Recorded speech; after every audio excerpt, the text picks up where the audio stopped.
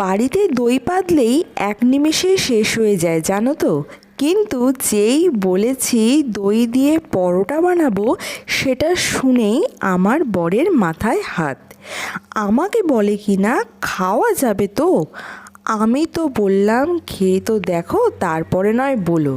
চলো তো দেখি দই দিয়ে আদৌ পরোটা বানানো যায় কি না, এত সুন্দর লেয়ারযুক্ত নরম পরোটা।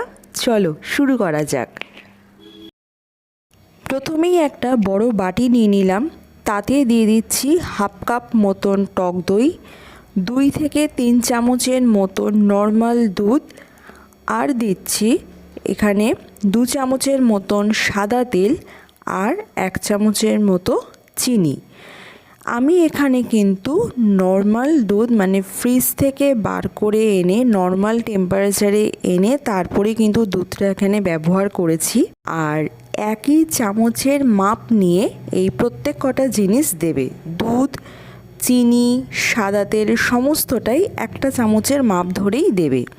দিয়ে এবার খুব ভালো করে মিশিয়ে নিচ্ছি। দেখো আমি খুব ভালো করে মিশিয়ে নিচ্ছি যাতে চিনিটা গলে যায়।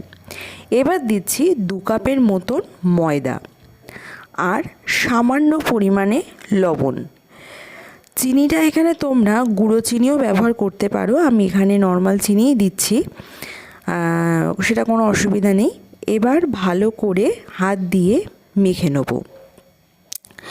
ভালো করে দেখো আমি সমস্ত কিছুকে নিয়ে ভালো করে মেখে নিচ্ছি। এবার যদি মনে হয় মাখার সময় যে মাখাটা একটু টাইট হচ্ছে বা শক্ত হচ্ছে, সেখানে তোমরা ওই দুধ ব্যবহার করতে পারো। সেটা কিন্তু ফ্রিজের দুধ নয়, একদম বাইরে এনে যখন নর্মাল টেম্পারেচার হয়ে যাবে সেই দুধ কিন্তু তোমরা ব্যবহার করবে। আর যদি মনে হয় যে না মাখা একটু নরম হয়ে গেছে, তাহলে ময়দাও ব্যবহার করতে পারো। দেখো আমার কিন্তু একদম সমস্ত কিছু পরিমাণ ঠিকঠাক মানে নিয়েছিলাম, তাই মাখাটাও খুব সুন্দর হয়েছে। আমি একটু হাত দিয়ে চেপে চেপেও দেখিয়ে দিচ্ছি, দেখো একদম নরম হয়েছে মাখাটা। এবার এটাকে আমি আরও 10 থেকে 20 মিনিটের জন্য রেস্টে রাখবো।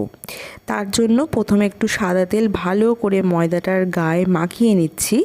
মাখিয়ে নিয়ে ঢাকা চাপা দিয়ে 10 থেকে 20 মিনিটের জন্য রেস্টে রাখবো। এতে কি হবে, ময়দাটা আরেকটু সফট হবে, আরেকটু নরম হবে। তো চলো ঢাকা দিয়ে রাখি, 10 থেকে 20 মিনিট পর তোমাদেরকে দেখাচ্ছি। 10 থেকে 20 মিনিট পর ঢাকাটা খুলে তোমাদেরকে দেখাচ্ছি। দেখো একদম কিন্তু ময়দাটা সেট হয়ে গেছে। আমি আরেকটু ভালো করে মেখে নিচ্ছি। মেখে নিয়ে পরোটা বা রুটির যেরকম সাইজ হয় লেচির, সেই সাইজের আমি কিন্তু এখানে লেচি প্রথমে কেটে নেব। দেখো ঠিক এই রকম একটু বড় সাইজ করে আমি এখানে লেচি কেটে নিচ্ছি। আমি এখানে সমস্ত লেচিগুলোকে আগে কেটে নিই, তারপর তোমাদেরকে দেখাচ্ছি। আমার যে পরিমাণে ময়দা নিয়েছি সেখানে আমার 8টা লেচি হয়েছে। এবার একটা কর্নফ্লাওয়ারের গোলা তৈরি করব। তার জন্য একটা বাটি নিয়েছি, এখানে আমি 2 থেকে 4 চামচের মতন আমি কর্নফ্লাওয়ার নিয়ে নিচ্ছি। আর দিয়ে দেবো 4 থেকে 5 চামচের মতন সাদা তেল। এই সমস্ত কিছুকে দিয়ে ভালো করে একটা সুন্দর মানে পেস্ট তৈরি করে নেব। দেখো একদম ক্রিমি একটা পেস্ট আমি এখানে তৈরি করে নিচ্ছি। এবার আমি একটা বেলুন চাকি নিয়ে নিয়েছি, তাতে সামান্য পরিমাণে তেল আমি বেলুন এবং চাকি দুটোতেই আমি লাগিয়ে নিলাম। লাগিয়ে নেওয়া হয়ে গেলে যে লেচিগুলো আমি কেটে রেখেছি এর আগে, সেই একটা লেচি আমি এখানে নিয়ে নিচ্ছি। নিয়ে খুব সুন্দর করে পাতলা করে পুরো চাকিটা জুড়ে আমি বেলে নেবো। পাতলা করে বেলতে হবে, একদম পাতলা করে কিন্তু বেলতে হবে। দেখো বন্ধুরা, দেখে বুঝতেই পারছো কতটা পাতলা হয়েছে। তো আমি এটা পাতলা করে একদম বেলে নিচ্ছি। বেলে নেওয়া হয়ে গেলে ওপর থেকে আমি যে কর্নফ্লাওয়ারের যে গোলাটা তৈরি করে রেখে দিয়েছিলাম, সেই কর্নফ্লাওয়ারের গোলাটা আমি অল্প অল্প করে পুরো ময়দাটার গায়ে ভালো করে মাখিয়ে নেব। ভালো করে এই কর্নফ্লাওয়ারের গোলাটা মাখিয়ে নেওয়া হয়ে গেলে আমি যে একটা ছুরি নিয়ে নিলাম, ছুরি নিয়ে দেখো যেভাবে কাটছি, মানে প্রত্যেক কটা দিক আমি যেভাবে কাটছি সেইভাবে কিন্তু তোমরাও কেটে নেবে। এতে কি হবে, যে ময়দার মধ্যে যে লেয়ারগুলো তৈরি হবে সেই লেয়ারটা কিন্তু এখান থেকেই কিন্তু সুন্দরভাবে লেয়ারটা তৈরি হবে। দেখো ঠিক যেভাবে কাটছি ঠিক সেইভাবে তোমরাও কেটে নিও। নেওয়া হয়ে গেলে প্রত্যেক কটা পাটকে দেখো কত সুন্দর করে আমি ফোল্ড করে নিচ্ছি, মুড়ে নিচ্ছি।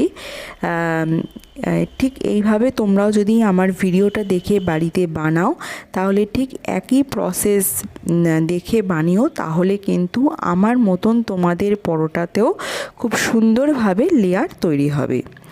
দেখো প্রত্যেক কটা পাটকে আমি একটা একটা করে মুড়ে নিলাম।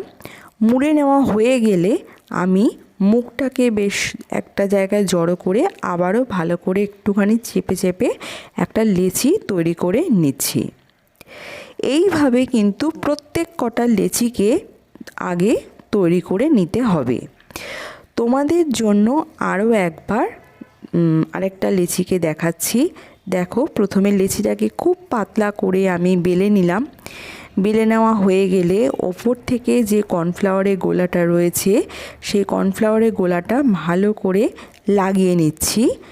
লাগিয়ে নিয়ে এবার ছুরির সাহায্যে একটা একটা করে দিক আমি কেটে নিচ্ছি। ওপর নিচে সাইডে কোণায় সব দিকে একটু একটু করে কেটে নিচ্ছি। কেটে নিয়ে আবারও সেই কাটার দিক জিনিসগুলোকে নিয়ে একটা জায়গায় জড়ো করে মানে ফোল্ড করে নিচ্ছি। ফোল্ড করে নেওয়ার পর ভালো করে হাতে নিয়ে আবারও মুড়ে টুড়ে নিয়ে একটা সুন্দর লেচি তৈরি করে নিলাম। এইভাবে প্রত্যেকটা লেচিকে আগে তৈরি করে নিতে হবে। আগের থেকে তৈরি করে রাখা লেচিগুলোকে এবার বেলে নেব। একটু মোটা করে বেলতে হবে, যতটা আগে পাতলা করে বেলেছিলাম ততটা পাতলা করে নয়, এবার একটু মোটা করে বেলবো। বেলে নিয়ে আগের থেকে একটা প্যান গরম করে রেখেছি, তাতে এই বেলে রাখা পরোটাগুলোকে দিয়ে দেবো। দিয়ে দুটো দিক ভালো করে শিখে নিচ্ছে। যেরকম পরোটা ভাজে ঠিক সেইভাবে পরোটাগুলোকে ভাজতে হবে।